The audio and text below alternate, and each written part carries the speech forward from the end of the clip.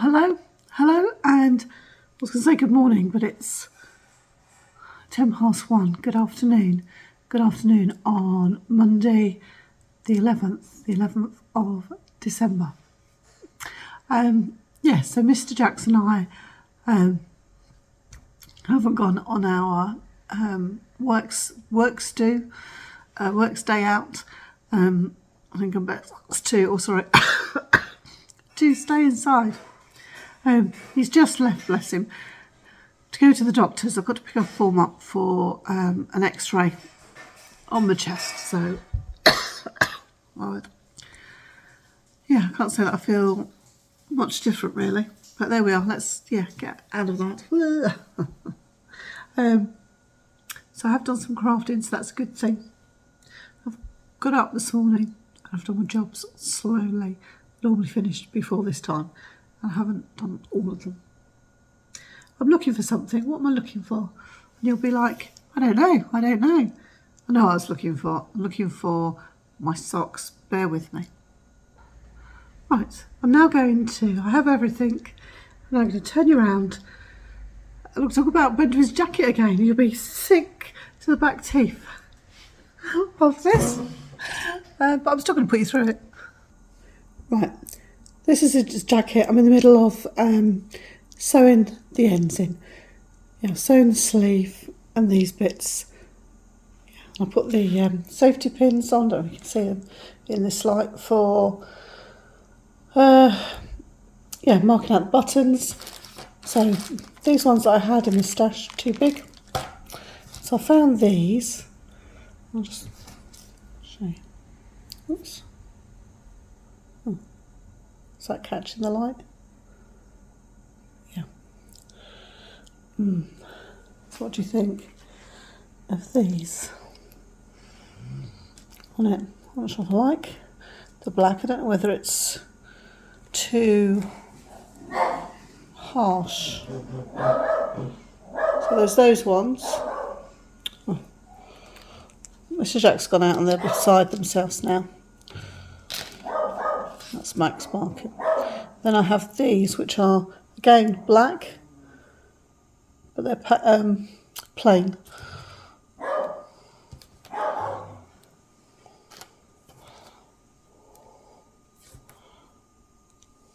There. Let's take half of them off.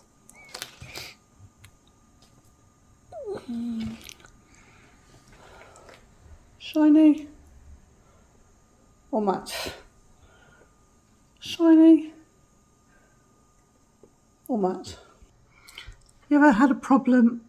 You ever had a project that had you in a bit of a quandary as to, oh, what do I do? And then you become like obsessed with it and you keep like, I don't know, picking at it. This is how I feel. I need to cast something else on. Oh. So we, yesterday was Sunday. So we had a night in front of the telly. Yeah, not much different. My necessary project that I cast on. When did I cast it on? It's last Tuesday, so yeah, not even a week in. 4, 5, so I've done 6 days. Ta-da! Oh my word, they're just such a delight, an absolute delight. Yeah. So, cuff down.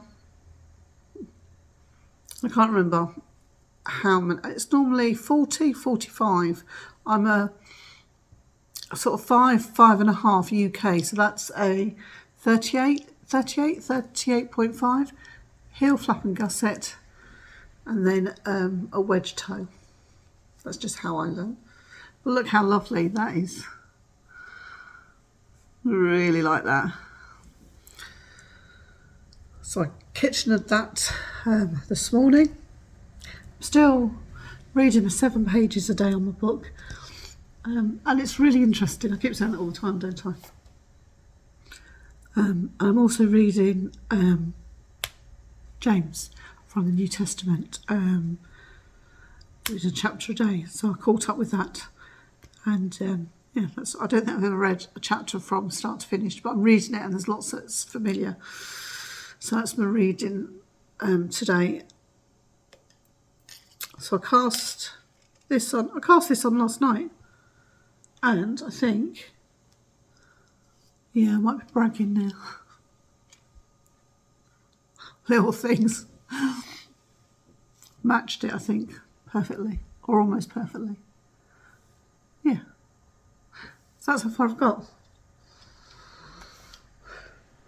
So sometimes you just need a project that soothes your soul, gives you a bit of comfort. So I feel the crafting's back, she says. Nothing too complicated though. Nothing too complicated. Which leads me nicely on to my tuft. And I'm seriously suffering with undue pressure that I've put on myself. I can't do it. I'm not a crocheter. I'm not as good as all those. Sort of my hot water bottle, which I think was day one. I think I didn't have the right crochet hook because I hadn't looked for it. So I found that. Then I couldn't find my emails, and then I found them. And then my daughter sorted them out, and I've gone back. Yeah, went back, and they're all there. So I've done day 2 and day 3. So I've done the beadwork, and all I needed was my memory refreshing, and I just completed it. So yeah, so I've put all the beads on. Let's see, yeah. Okay, so I have printed all the pattern pieces off. Well, no, I haven't, that's a lie. I printed off days 4, 5 and 6. And I'm gonna, yeah, have a go at that.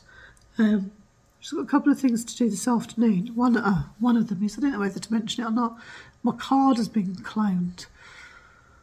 So I just need to find the bank, and we've been in backwards and forwards. They're pretty hot, actually. Give them their due, they're very good, but it was an internet purchase of £250 odd. So, yeah, final presents. So I need to find the bank now and get that sorted. Yeah, so I'm hoping to do a bit of toff this afternoon. I've got a secret present, or a couple of secret things to work on. But I'm going to concentrate on one and then have a go at the other. But I might have to, yeah, that's all I'm going to say. So, my darlings, I hope that you're well. I hope that you've had a good weekend and that you're ready to start the week again. Yeah, I realised 2 weeks today it's Christmas Day, so I've no Christmas cake and no Christmas pudding. But I'm not bothered. I'm not worried. Well, I am bothered. I'll be bothered on Christmas Day if I've not got them. But I'm not worried, so I'm going to soak the fruit, I think, this afternoon. So I might share that with you. Oh, my word, it's going to be exciting here at Stitches and Jacks. Yeah, and I'll come back a bit later. Oh, I've got cold hands, cold hands. I'm just going to soak my fruit for Christmas pudding and my Christmas cake, and I will make those either tomorrow or Wednesday. So I'm just trying to look for a picture to show you. That's my favourite part. After looking around the table and seeing all my family and counting my blessings. I've eaten Christmas pudding on Christmas Day from the year dot really. I can remember being in the kitchen as a girl next to my nana and having to stir the pudding. So I just looked up some information about the history of Christmas pudding. Just for any of you that don't know, I've learned some stuff. It used to be originally like a pottage, like a broth, and there's a recipe that dates back to 1392. So they quite often had savoury and sweet sort of mixed together. And I think a lot of that was to do with the fact that the meat might not have been such good quality or as fresh as it should be. So the fruit would counteract that. It's become famous in the 18th century with the Victorians, with Victoria marrying Prince Albert, and they sort of celebrated Christmas as a family time, and it was portrayed as a family time. That's when we had a lot of German traditions introduced, like Christmas cards and things. Also, we have Charles Dickens and Scrooge, and Christmas Carol, and when what's she called, Mrs. Oh, so to my time would come in, and there's that famous scene, especially like obviously when you see the movies, but in the book, when Charles Dickens is describing when she comes through with a plum pudding to serve to everybody. We serve it traditionally at the end of the meal. You'd have your starter, your main, and then you'd have your Christmas pudding, but you would put alcohol on it. So it's made with like fruits and nuts. And there used to be years ago, and I remember my nana doing this, putting some silver in there. It used to be sixpence when I was a girl, so that if you received a sixpence, you were lucky. You're lucky if you didn't break your teeth. But obviously they don't recommend it now. You can buy trinkets.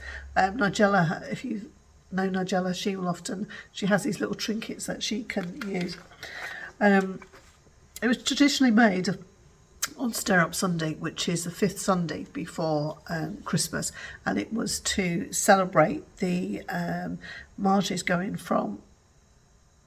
on their journey to see Jesus, and you stir it from east to west, that way, east to west. And so you put these trinkets in. So if you got a silver coin, that meant you would have wealth for the next coming year. If you had a ring, there'd be a future wedding. But if you got a thimble, you'd be a spinster. So very interesting.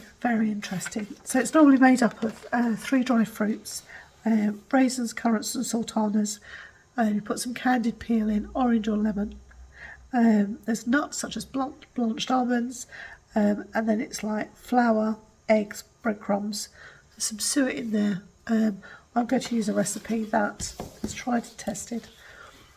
Some of my cookery books are not the best. This is an Arga, the Arga book by, very famous, very, and there isn't a picture in here, but you can see it's well used because there's mixture marks all over. And years ago I used to buy all the fruit individually. I'm not a great lover of candied peel, and then I switched and just bought a mixed bag of fruit, and it's got candied peel in there, but not as much if you would buy it separately. So I've got my fruit, my cherries. So I'm just going to weigh all these out, and then I'm just going to soak it in some alcohol. So I've got brandy.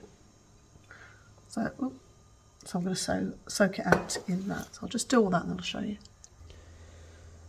Right, look at these jewels, these bowls of jewels, these beauties. So there's about 325 grams in here of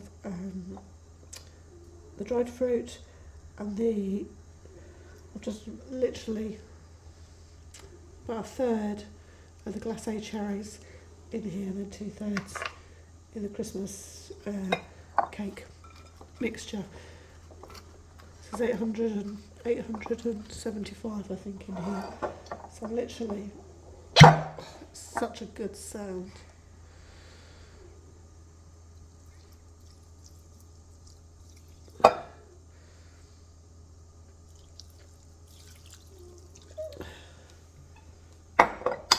All I'm going to do is just leave this to soak overnight, and probably give it a couple of stirs during the course of the evening.